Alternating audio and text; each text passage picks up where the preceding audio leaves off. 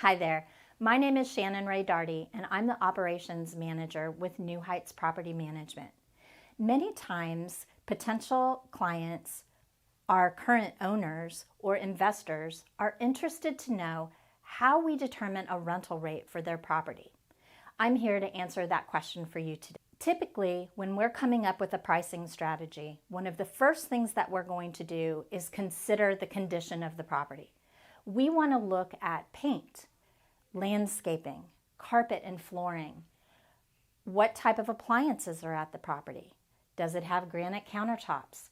We're looking at all of those features so that we can get a good idea of how your property is going to compare to not only other rental properties on the market that are single family rentals, but also how they might compare to multifamily rentals. To start with, we want to look at where your property is located. Typically, we search for other rental properties in your general subdivision. That gives us a great idea of how much properties are renting for directly around you. Sometimes, maybe there haven't been rental properties in your subdivision. Then we'll have to expand out into the area. So for example, into Somerville as a whole or into Moncks Corner as a whole. So we really like to fine-tune things as best we can. Once we've determined the area that we are going to search in, now we're really going to start digging in deeper. We're going to look at the number of bedrooms, the number of bathrooms. Does it have a garage? What is the square footage?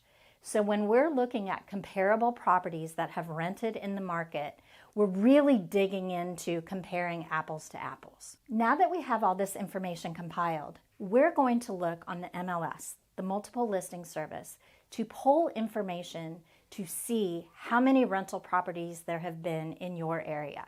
Again, looking at subdivision first or maybe the city. Our goal is to get at least 5 or 6 comparative properties to give us a good feel for what is a strategic rental rate for your property. Keep in mind, if you're doing some of this research yourself and going out on Google and trying to find rental rates for properties in your area, keep in mind that many websites are not required to update their information.